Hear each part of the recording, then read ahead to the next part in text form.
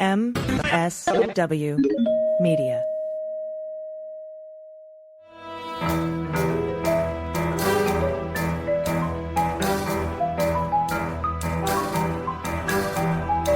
The rule of law is not just some lawyer's turn of phrase.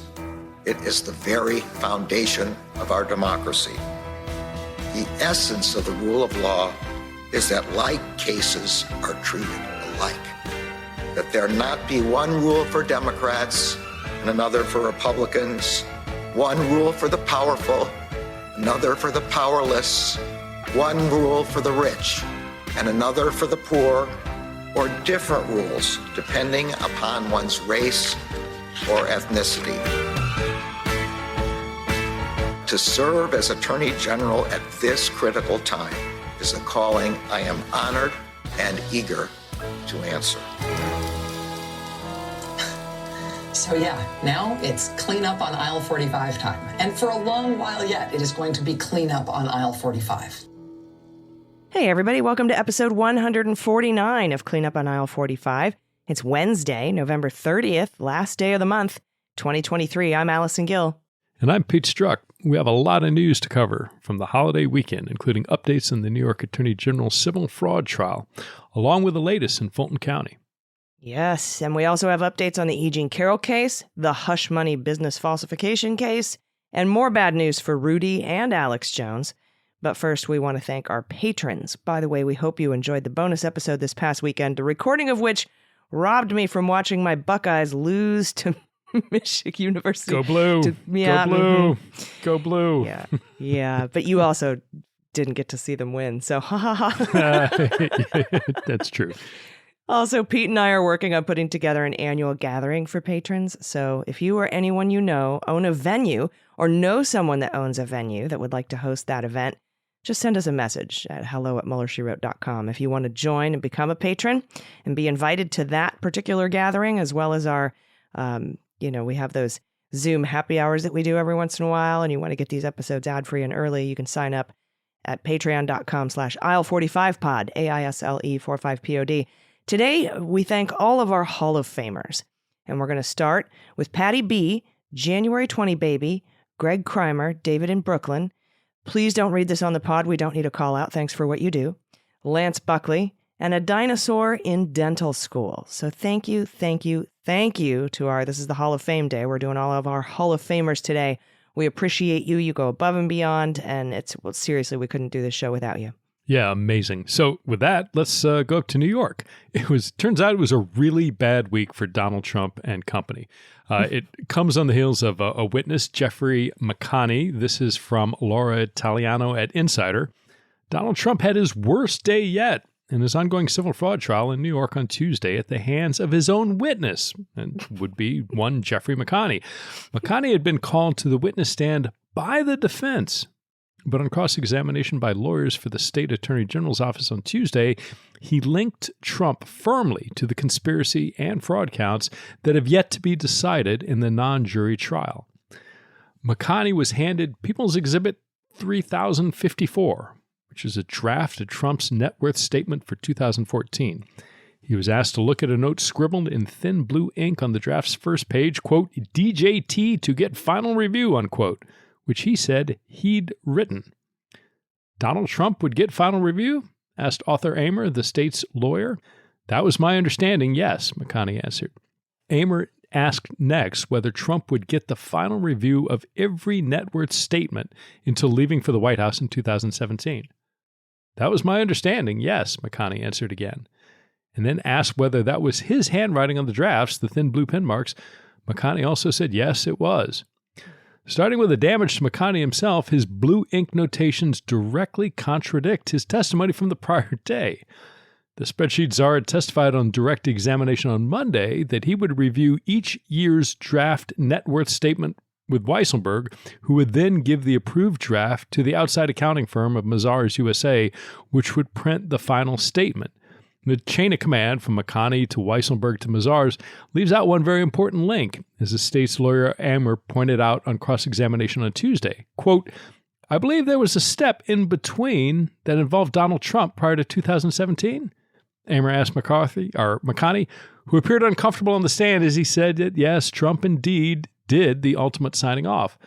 Now, McConney's many handwritten notes indicate it was Trump and his top executives who made the last edits and then signed off on these net worth statements.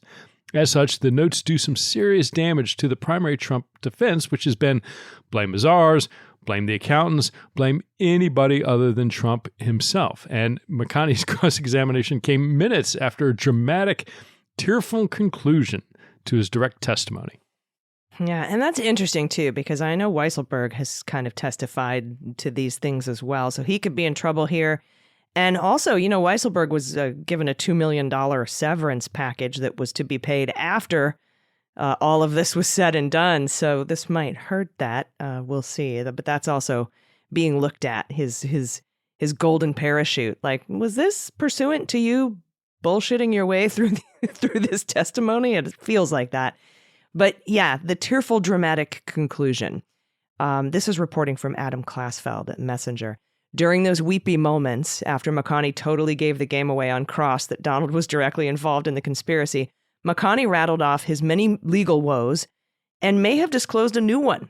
He said that he had received a subpoena from the Southern District of New York some 2 hours before he was supposed to testify. Now, McConney has been called to testify twice in the civil fraud case and once in the criminal case, and it's unclear before which stint of the witness stand he claims to have received a subpoena. So we aren't sure about any of that. A spokesperson for the Southern District of New York would not confirm or comment on a subpoena. And we also don't know if McConney was confusing the Southern District of New York with the Manhattan District Attorney or the New York Attorney General's office, or if he actually meant the Southern District of New York, because that's the feds, right? And we've been long wondering if the feds were investigating this at all, Pete. We were like, the IRS, and we know that Tish James made a criminal referral to the IRS in the Southern District of New York, but we hadn't heard a peep from anybody about whether they were criminally, federally investigating this tax fraud stuff.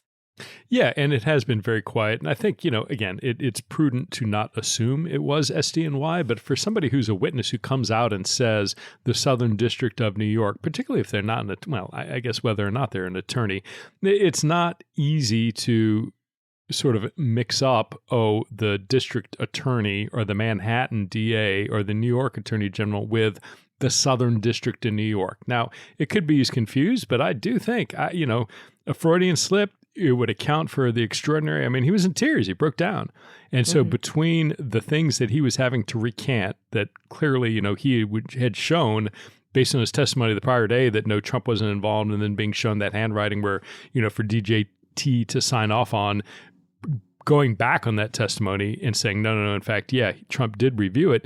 If you add in the potential stress of a subpoena from the feds, I can see how that would leave somebody shaken. So I think it's smart not to, necessarily take it at, 100% face value. And of course, DOJ is not going to confirm that. That's standard practice. They're not going to say, and they cannot say by the rules of federal grand jury secrecy, somebody who goes into the grand jury, somebody who's given a grand jury subpoena, can talk about receiving the subpoena. They can go in and provide testimony or provide records to the grand jury. They are free to talk about that at length with whomever they want. But the government is restricted and may not. It is, kind of under the grand jury secrecy rule. So the fact that, SDNY couldn't confirm or comment, that's just, that lines up with the 6E, the rules for grand jury secrecy. So this is all guessing right now, but if he said SDNY or the Southern District of New York, I think there's a pretty decent chance it was, in fact, criminal investigators and prosecutors from SDNY. Yeah, that and the fact that, he lives in New York. He lives in New York City. He's been working there as an accountant for a very long time. And has probably dealt with the New York Attorney General, the Manhattan DA, and the Southern District of New York. So I would assume that he knows the difference, but we don't know. We can't get any follow-up on it. And like you said, it's against grand jury secrecy rules for DOJ to comment. All right, so we also have the latest in the battle over Judge Engoron's dual gag orders. And this is from Lisa Rubin at NBC. In a filing that supported ending a temporary pause on the gag order, an officer with New York State Court System's Department of Public Safety said the judge presiding over the case, Judge Engoron, had already been the subject of harassment and threats on social media that were deemed credible before the trial started in early October. Then, on the second day of the trial, Trump posted a message on Truth Social identifying Engoron's principal law clerk and falsely claiming she was in a relationship with Senate Majority Leader Chuck Schumer. While Trump himself did not threaten her, this is Holland who said this, quote, the comments made in his post resulted in hundreds of threatening and harassing voicemail messages that have been transcribed in over 275 single-spaced pages. 275 pages.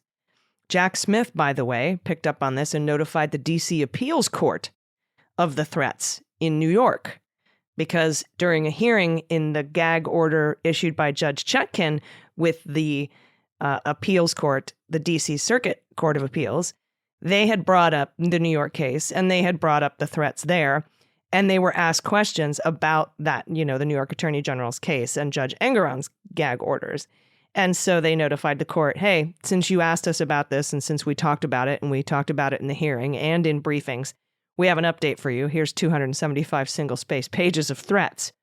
Now, the pause on Judge Engoron's gag order will remain in place until at least Monday, November 27th, when Trump's last filing is due, which he has made and which is 1,900 pages. But a word salad. I mean, we'll bring everybody up to speed next week on the podcast. But I have little doubt that Trump has continually shown he will use these proceedings both in filings and verbal argument as campaign ads.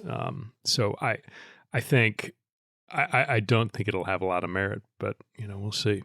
Yeah, it's 1,900 pages. It just came in today when we record this episode. Everybody's still parsing through it. So, yeah, we'll discuss it next week. But now that filing has been made, the appeals court in New York is free to decide the matter. That was the final filing that came in. And I imagine it was 1,900 pages to push that, the lifting of the gag order off as long as possible.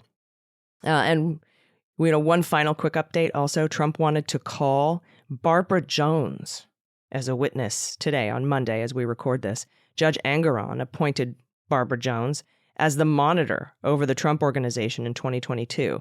She was also, by the way, a special master in the Rudy, Giuliani, and Michael Cohen search warrants. But Engoron ruled from the bench saying she couldn't be a witness because she's an arm of the court.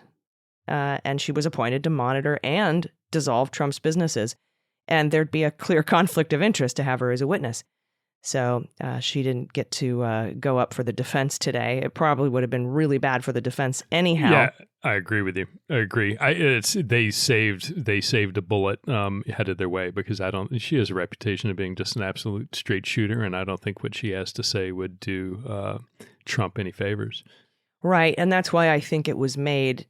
They made the request to have her testify. The defense did, knowing that the judge there'd be a conflict of interest and she wouldn't be able to testify. So that they can say, she's the only one who would say there was no fraud. She would say there's no fraud, when actually she would say there was fraud. So that's, again, one of those things like him trying to say that he wants the D.C.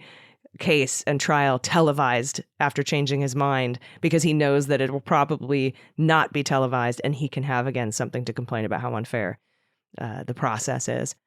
Also, Eric Trump is set to testify for the defense on December 6th, and Donald Trump himself is expected to be the final witness to testify for the defense on December 11th. So get ready for a Merry Christmas. Yeah, I'm really curious if Trump actually goes through and testifies because he opens himself up to cross-examination, and I don't see how that ends well for him. And on the other hand, he cannot resist the draw of a microphone to pontificate. Now, whether, and how for... He already knows he's going to lose. Engoron lets him go, with just, throwing out nonsense, or if he shuts him down or just lets him talk. I guess that's the calculation. But yeah, a lot of stuff. That's going to be a busy, this is next week, and that's going to be a ton of stuff going on because we've got that. We got Rudy starting down here in D.C. with Shea Moss and Ruby Freeman and the defamation damages trial. So it's going to be a lot going on next week.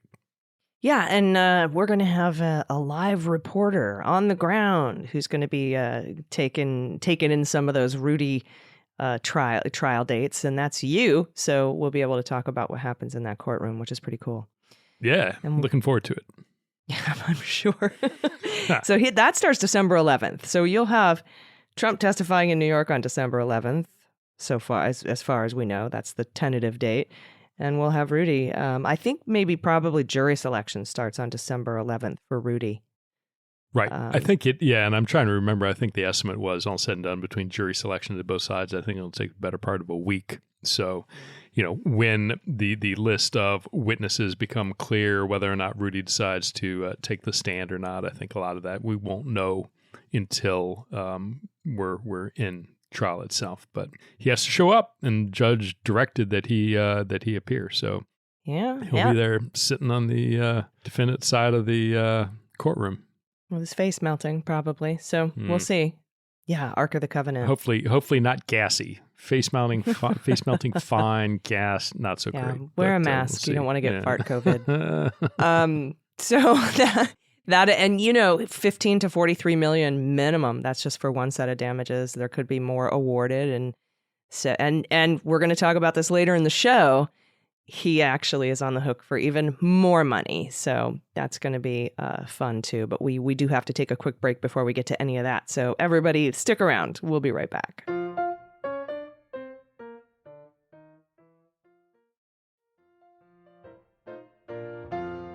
Hey, welcome back. We have some more Hall of Fame patrons to thank. I've updated my shout-out name to this. I'm terrified of elevators, so I'm taking steps to avoid them. Another Minneapolitan, BackdropBooks.com, Punk Rock Liberal, Suzanne Ashworth, and Cindy McNary. Again, thank you so much, you Hall of Famers. You are truly the lifeblood of this, and just critical team members of making all of this go. So, can't thank you enough for everything you do and your support, and we appreciate you and value more than we can easily say. So let's head down to Georgia. So this past week, there was a hearing on Harrison Floyd's bond. District Attorney Fonnie Willis filed a motion to revoke bail and remand Harrison Floyd to jail for his ongoing social media posts about the DA, the Secretary of State, and Ruby Freeman. Willis argued for the state herself, but the judge didn't revoke bail, even though he said Floyd technically violated the terms. This is from the New York Times. Judge Scott McAfee of Fulton County Superior Court chose not to revoke the bond of Harrison Floyd, the co-defendant. Instead, he signed off on modified terms, prohibiting Mr. Floyd from posting further comments about witnesses in the case. Mr. Floyd's lawyers noted that Mr. Trump himself had issued provocative social media posts about the Georgia case and that no action had been taken against him. That, they argued, made, quote, the state's decision to go after Harrison Floyd hard to justify, unquote. They also argued that Mr. Floyd had not been trying to intimidate or threaten anyone with his posts, but they acknowledged by the end of Tuesday's hearing that he had walked up close to the line of violating the terms of his bond. Now, here's what the judge added to the terms of his release. The defendant shall make no social media post of any kind on any platform, whether public or private, concerning any co-defendant or witness in this case or concerning any person specifically named in the indictment. This shall include, but is not limited to, mentioning, e.g. at username, referencing, tagging, direct messaging, following or subscribing to, liking posts by another user that would violate this order if posted by the defendant, commenting on or replying to posts by another user that would violate this order if posted by the defendant, and reposting posts by another user that would violate this order if posted by the defendant.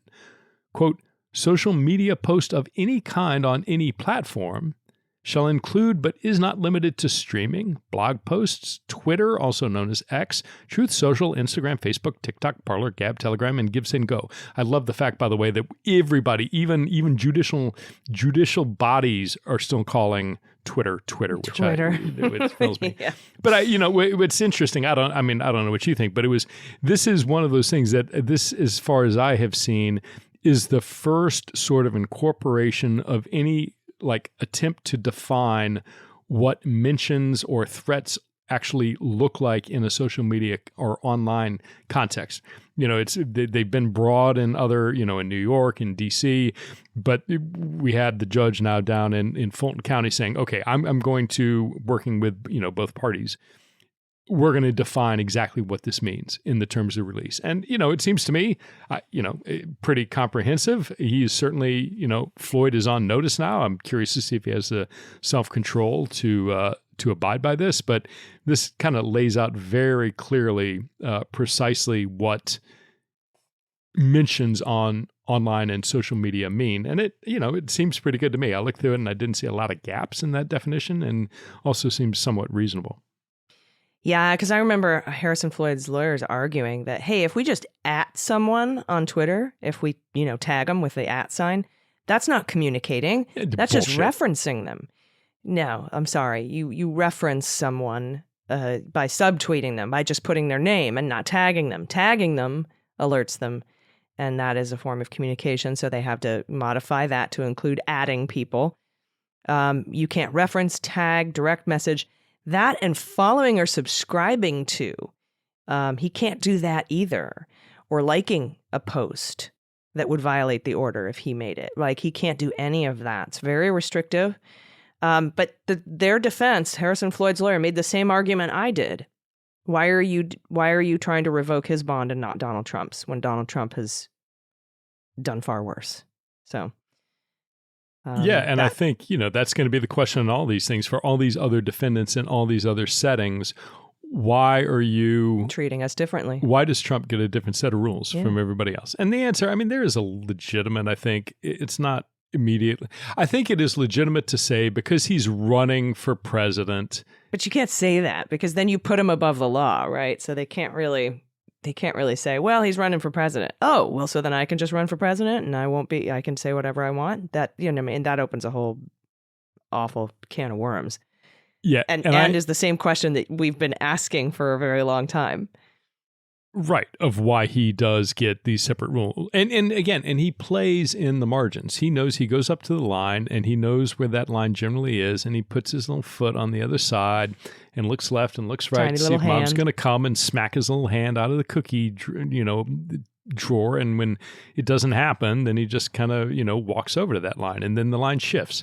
And this has been his pattern of behavior, not just during the presidency, but for, decades in business. Right. And so I'm curious to see if this sort of wording and form for media posts if we see it again up in New York, or if we see it again, somewhere in DC, because part of what McAfee said is like, look, when we worked out these bail, this was, it was consent. I wasn't there. It didn't talk specifically about this. So I got the sense that, the judge wanted to put him on notice. Like, look, it might have been ambiguous. I'm going to make sure it's not ambiguous anymore. This is exactly and specifically what it means. And now you're on notice. And, that is, sort of judicial prudence. A good measured judge isn't going to level a shotgun and, take somebody out on the first offense. They're going to sit there and say, okay, I'm going to clear this up so there's no ambiguity whatsoever about what is or isn't allowed, and don't do it anymore. And like you said, that, following somebody, not being able to do that, that's pretty restrictive in some ways. It's basically just put down social media until the trial's over. That's, just don't do anything on social media. All right. So also down in Fulton County, the cheese wants to travel some more. This is from Steve Riley at the Messenger. Ongoing probes related to the 2020 election in Arizona, Nevada, and D.C. Former Trump election attorney Kenneth Chesebro on Monday requested changes to his probation conditions in Georgia. Quote, currently, as reported in the national media, there are investigations of the election fraud cases ongoing in Nevada, Arizona, and D.C. That's what the filing from Chesebro's Atlanta-based defense attorney Aurora states. Mr. Chesebro needs to be able to travel to these jurisdictions in order to meet with counsel, etc. And etc. is doing a lot of heavy lifting in this particular request. Meet with what counsel? isn't your counsel Atlanta-based? Are you talking about counsel prosecutors in D.C. and Nevada and Arizona, etc.? What are you going to be meeting about? But he needs to be able to travel to these jurisdictions. And when you're on probation, you need to get leave of court. You need to get permission to travel. Beyond the Georgia indictment and the Washington, D.C. election subversion case led by Jack Smith, investigations into the fake electors have also led to criminal charges in Michigan. Investigations are ongoing in Arizona, Nevada, and New Mexico. What did you say? No, I said go blue. No, this is awesome. Again, just the blue. scope of the yes, and I'm in every sense of the word. There was so much crime, and I think part of it too. Like remember, like Aurora is a local counsel, so he is almost certainly licensed to practice law in Georgia, or at least Fulton County, but probably isn't licensed to practice in Arizona, Nevada, New Mexico, Michigan, or anywhere else. So to the extent Chesebro or any one of these other knuckleheads has a potential criminal exposure, even as just a witness, they can't, like Aurora can't sit there and tell him, unless he's, a member of the bar in Michigan, Arizona, Nevada, New Mexico. That's 4, right? 4 other states in addition to Georgia. Chesebro's, along with all these other folks, have to go out and find counsel who are barred, members of the bar in these different jurisdictions, including federal court in Washington, D.C. with Jack Smith. So, none of this comes cheap or easy. It couldn't happen to a nicer bunch of folks, but yeah, you're right, et cetera. Yeah, he just has to meet with counsel, et cetera. Yeah. Yeah. Well, here's a quote from Arizona Attorney General Chris Mays's office. I will have to decline to comment, given our office's ongoing investigation. That was in response to questions about Chesebro's filing Monday. Like, what's the et cetera? I think they called up Arizona and said, what do you need him for? Can't comment, right? Nevada Attorney General's office also has no comment. Didn't get anything from the DOJ. You're never gonna. Fulton County Superior Judge Scott McAfee earlier this month approved one change requested by Chesebro to his probation conditions that allows him to travel between Georgia and his residences in New York and Puerto Rico. So, as I said, you got to get permission if you want to travel outside the jurisdiction when you're on probation. And so now he needs permission to go, do et cetera. In Nevada, Arizona, and D.C.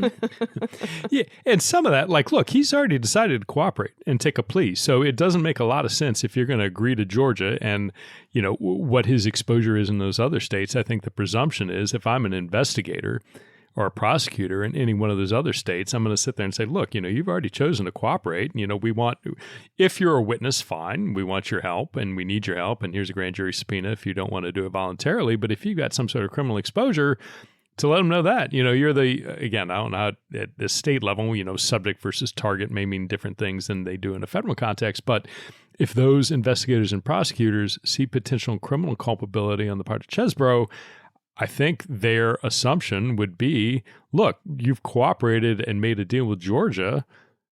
We anticipate you would be interested in cooperating and making a deal in Michigan, Nevada, Arizona, New Mexico, wherever he might have information about potential criminal activity. So, that, again, like you said, that et cetera, doing a ton of heavy lifting, including potentially working out some sort of cooperation agreements in those different state investigations about the election. But he didn't ask for permission to go to Michigan, and Michigan hasn't charged him. And so I'm wondering if that's a Jack Smith joint.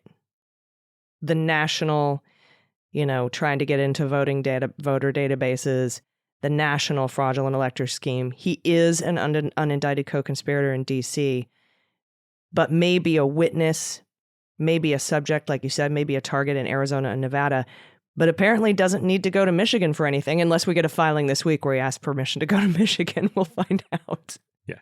Give it time. No, and we've talked about it before. I mean, this is more for the Jack podcast, but I am super, super interested after Trump is done, when Smith turns his sights on indicting others. Yeah. Co-conspirator 1 through 6 hop out, obviously is being first on the list, but where he draws the line in terms of I'm going to charge these people as opposed to doing what Mueller did with like, I'm going to refer these other people to the U.S. Attorney's Office in D.C. or EDVA or wherever the case may be, and or simply like, this is a bridge too far.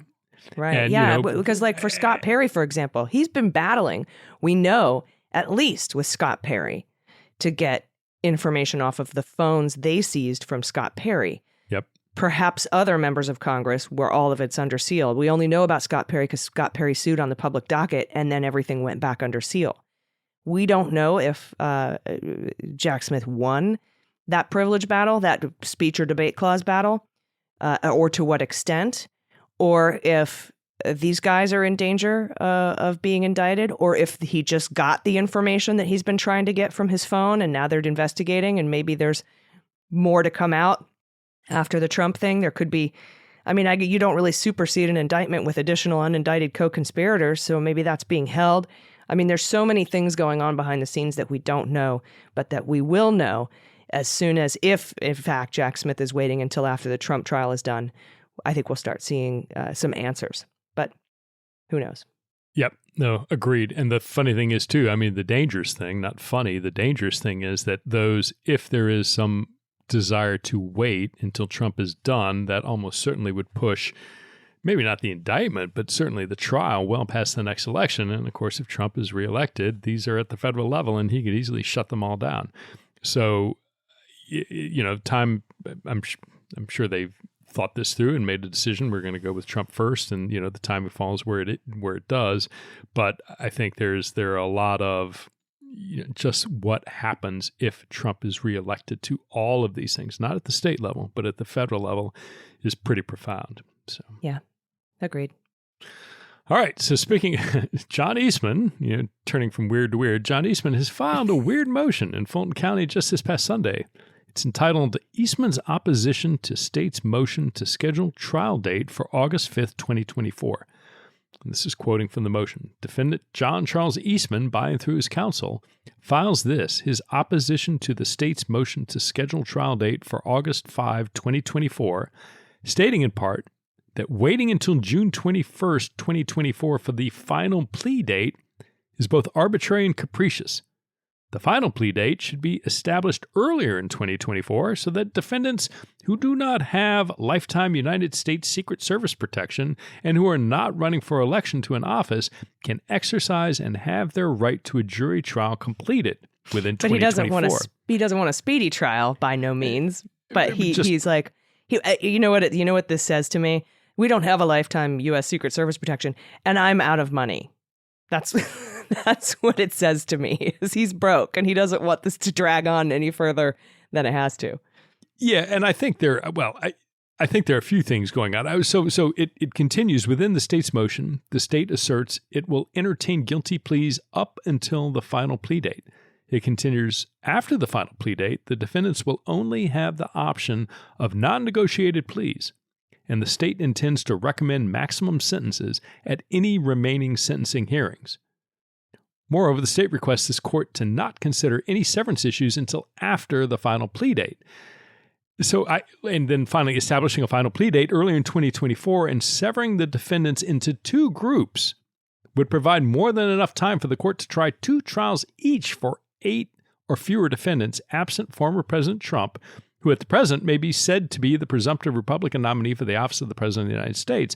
Without defendant Trump in the courtroom, the U.S. Secret Service will not be involved in providing enhanced security, and the trials won't proceed faster.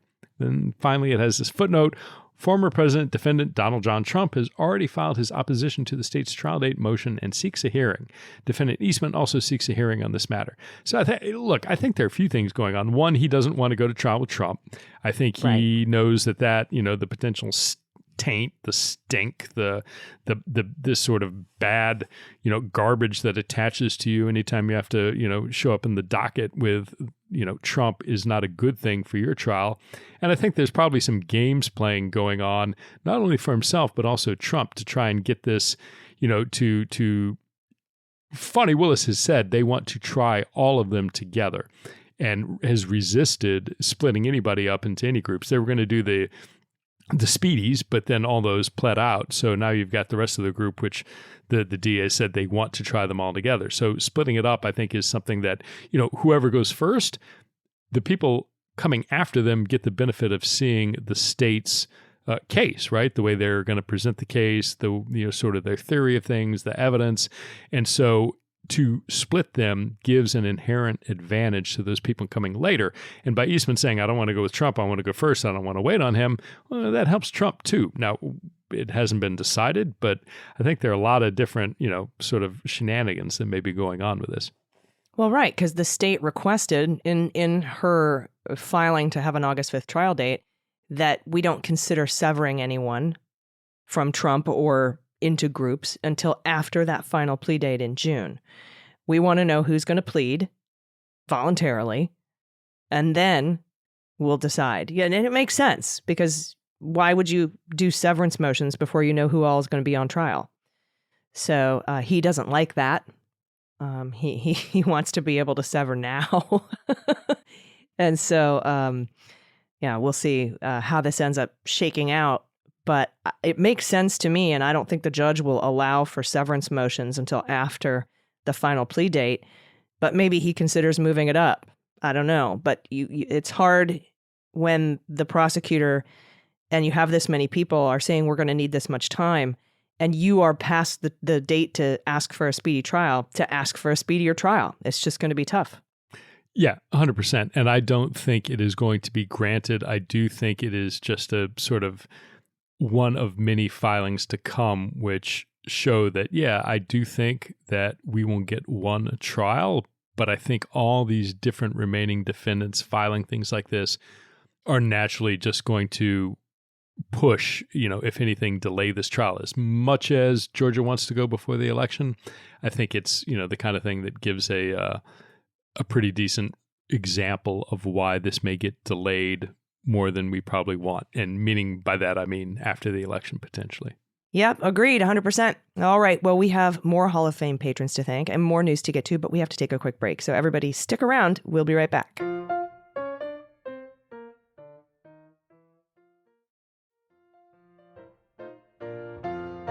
Hey, everybody, welcome back. All right, more Hall of Fame patrons to thank. Tiffany Trump was adopted. Caroline Coman.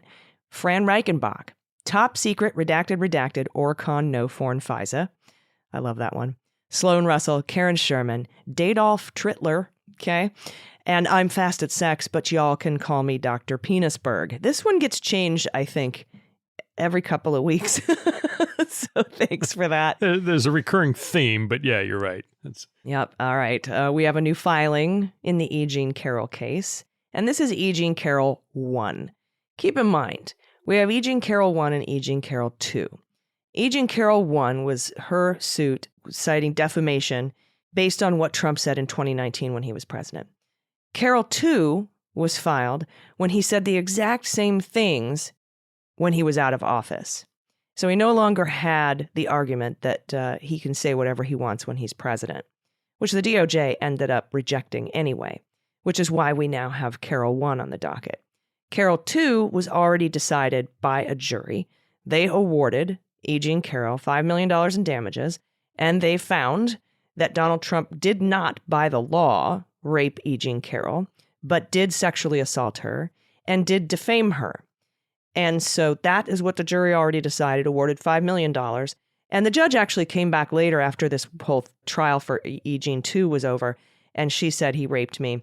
He filed, I guess, a lawsuit for defamation saying, it wasn't rape. The jury didn't say it was rape. And the judge actually found that colloquially it was. And it's not defamation to say that you raped her. So now we have E. Jean 1, because at first the Department of Justice was going to sub in to represent Donald Trump because of the Westfall Act, because he defamed her as president. And so that would pretty much dismiss the case. But then, after going to the appellate court, that was Barr's decision, by the way. And then after going to the appellate court ruled and made their decision. And Merrick Garland reviewed it and said, you know what? You're right. Here's why you're right. We are no longer going to represent Donald Trump. And the things that he said while president are not protected. from defamation. And so that allowed E. Jean to bring the original defamation case back. And they filed several motions. We know that the court is going to have to, the jury is going to have to take it that he defamed her, because these are the exact same words. They don't have to decide that again. And this is just a damages trial. And so now they've submitted what's called an agreed statement of facts and stipulations. This was submitted on November 22nd, 5 days ago from when we record this, about a week ago from when you hear this episode. And what this stipulations thing is it's basically that the judge wants to know, what do you all agree on? And so they write out, basically, E. Jean's lawyers write out all these facts, and then Trump can come in and say, I agree, I disagree, I agree, I disagree, here's why I disagree, here's what I think instead, etc. And it started out pretty standard. The first 4 stipulations, which Trump agreed to. First of all, this case involves 2 parties, E. Jean Carroll and the defendant Donald J. Trump, former president of the United States. Trump agrees. Miss Carroll is a writer and an advice columnist. Donald Trump agrees. On June 21st, 2019, New York Magazine published an excerpt of a forthcoming book by Miss Carroll, a portion of which contained her account of being sexually assaulted by defendant Donald John Trump. He agrees with that. According to Miss Carroll, in the mid-1990s, Miss Carroll encountered the defendant at a Bergdorf Goodman department store in Manhattan where he assaulted her. Trump agrees with that. And here's where Trump starts to disagree with the stipulated facts. E. Jean says, on June 21st and 22nd, 2019, after that excerpt was published, Mr. Trump publicly denied knowing Miss Carroll, denied sexually assaulting her in the mid-90s, and accused her of fabricating the assault for ulterior and improper purposes. Trump disagrees with this. He wants to say instead that on June 21 and 22 of 2019, after the excerpt was published, Mr. Trump, who at the time was the sitting president, publicly denied Miss Carroll's account. So he wants to get in there that he was the president at the time. He also disagrees with this stipulation. The jury must accept as established, as a matter of fact, that Mr. Trump lied in June 2019 when he denied sexually assaulting Miss Carroll, and that his June 2019 statements about Miss Carroll were false and defamatory.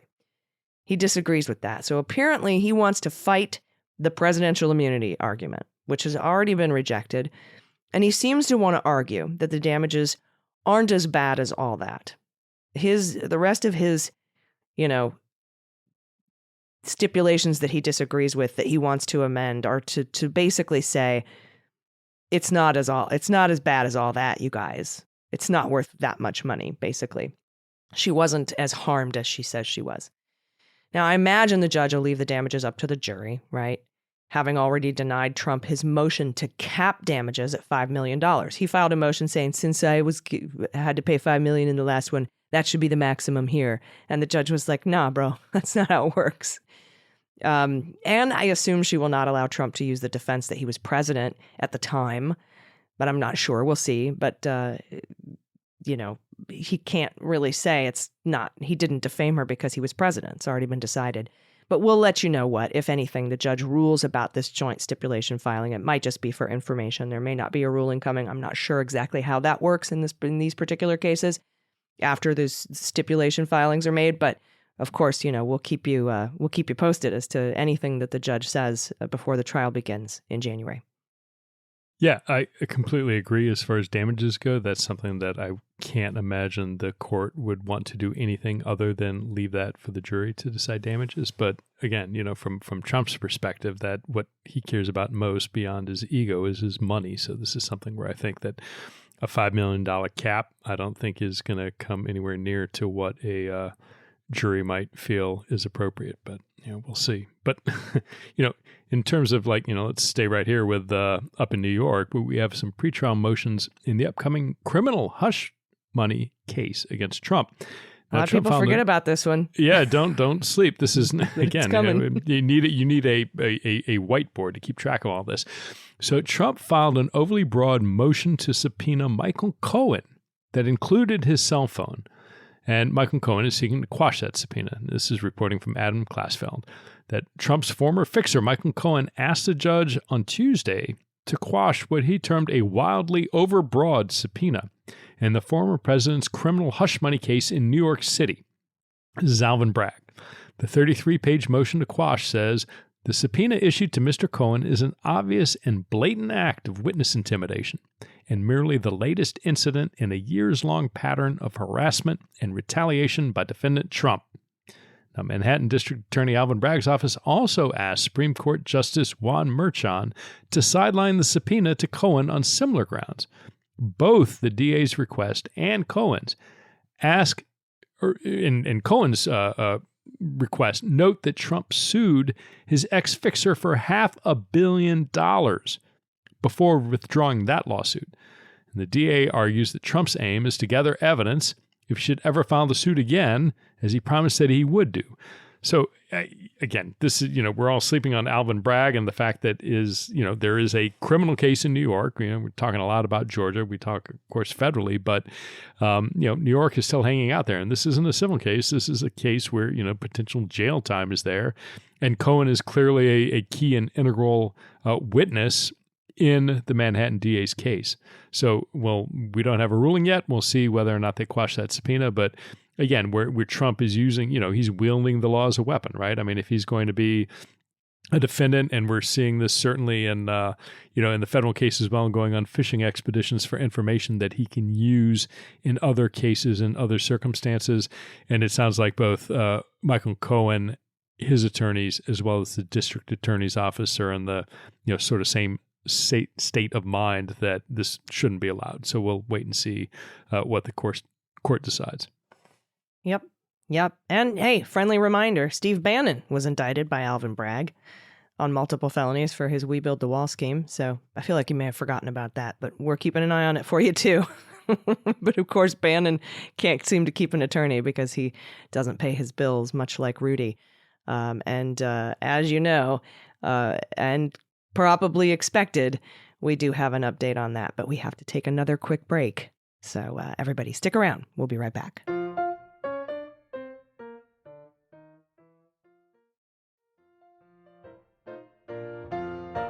All right, welcome back. And thanks to the balance of our Hall of Fame patrons, Dr. David, Kirkland J. Bateman, Maria Tovar, at Dirt Road Dems, Star Lanus, Mr. Halfspeed. Devil went down to Georgia. He was looking for an election to steal. He was in a bind. He was way behind by 11,780 votes. And Sharon Tukalski. Thank all of you so very much for everything you do to make this show possible. Simply could not do this without your support. And so thank you. So let's turn now to Rudy.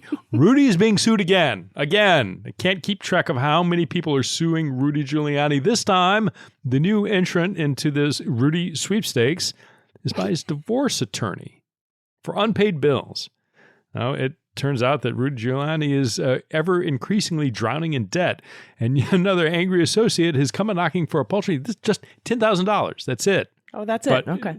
Needing that so badly, they decided to sue him, and it's an upstate New York accounting firm that saw Giuliani through his most recent divorce. Now, the company BST and Company CPAs says the former New York City mayor hired them to help value his business assets during his 2018 split from ex-wife Judith Nathan, then never paid a dime of the agreed-upon $10,000 retainer.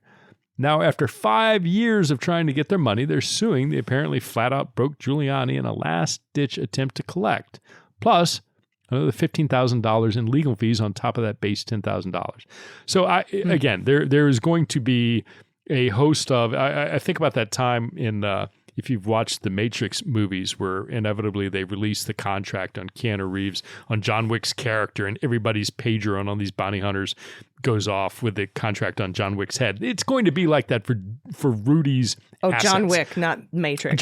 Sorry, John Wick. Yeah, it's going, there will be although a mashup would be fun. A score of private investigators and CPAs and other smart financial people trying to find what and where Rudy has stashed assets beyond his, 2 turntables and a microphone, that all these people, starting first and foremost, in my mind, Shea Moss and Ruby Freeman deserve the first cut of it, where they can find assets to attach to.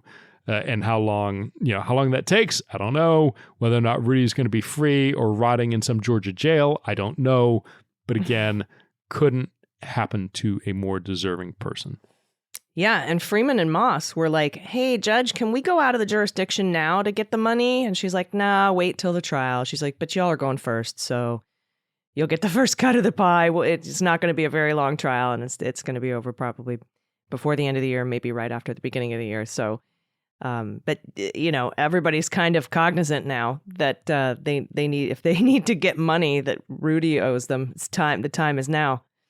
Now, I think that they were like just waiting till the statute of limitations was about up on suing for those damages. So, and this was I mistyped in the script. It wasn't his divorce attorney. It was like you said, a CPA firm that helped him value his business assets, which is also interesting because if there's discovery in this case and they helped value his business assets, we might learn what his business assets are.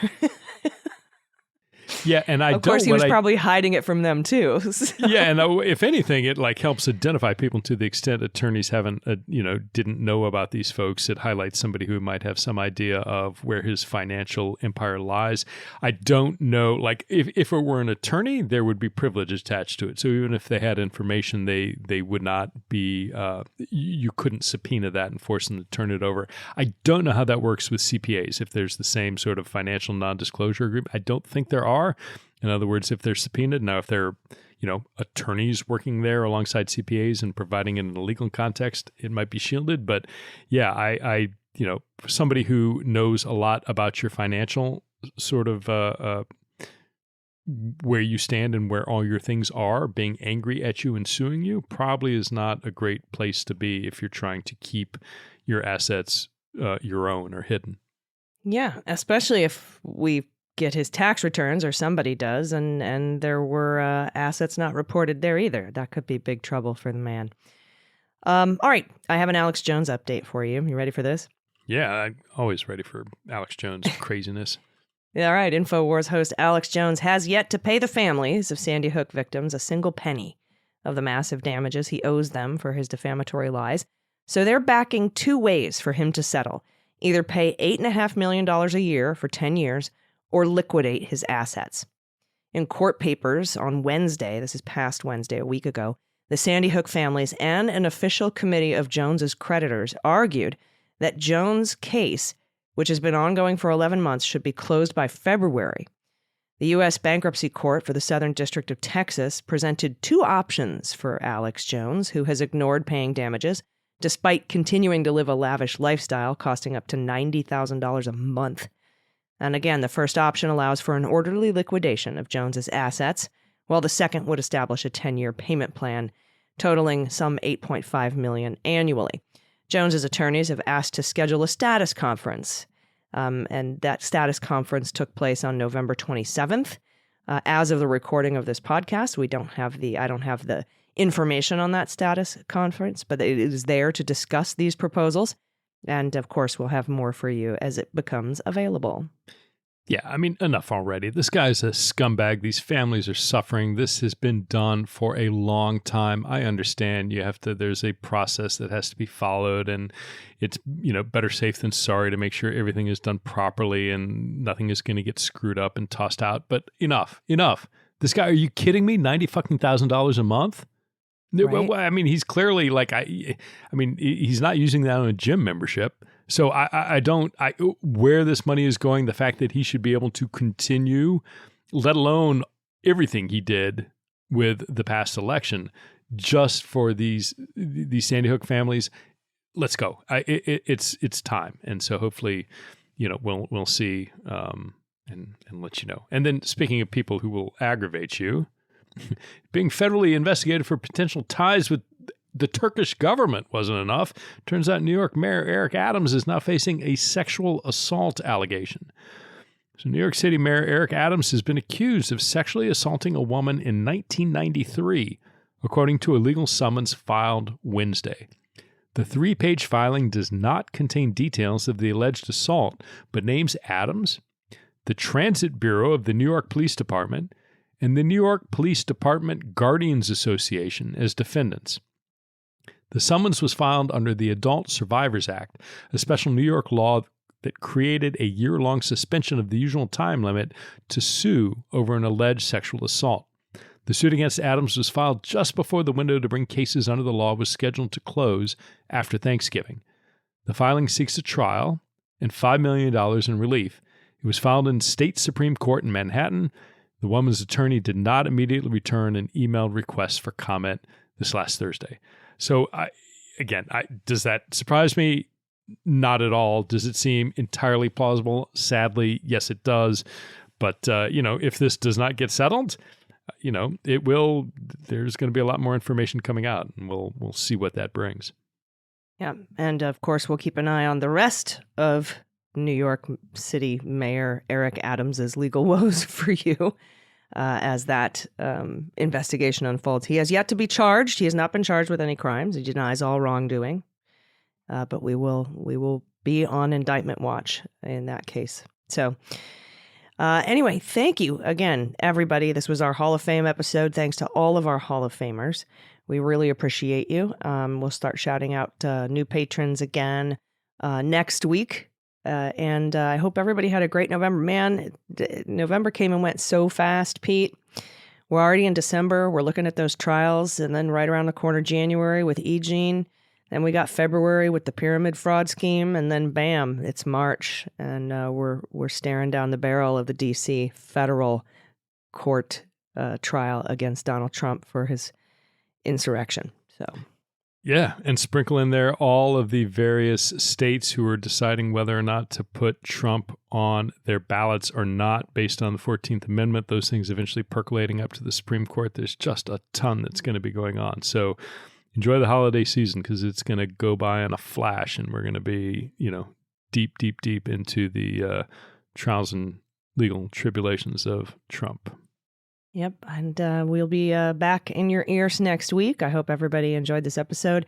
And again, I hope everyone had a wonderful holiday, and you have a wonderful holiday coming up. But, we'll see you before then. Do you have any final thoughts, Pete?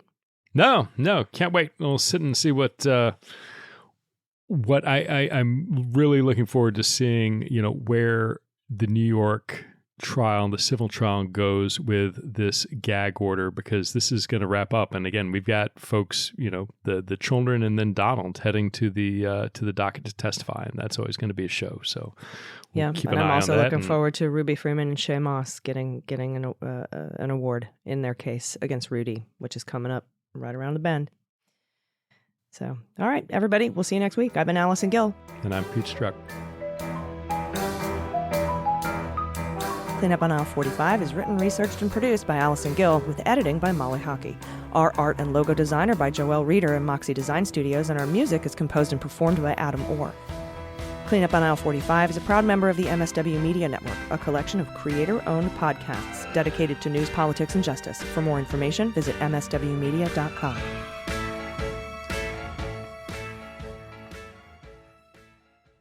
MSW Media.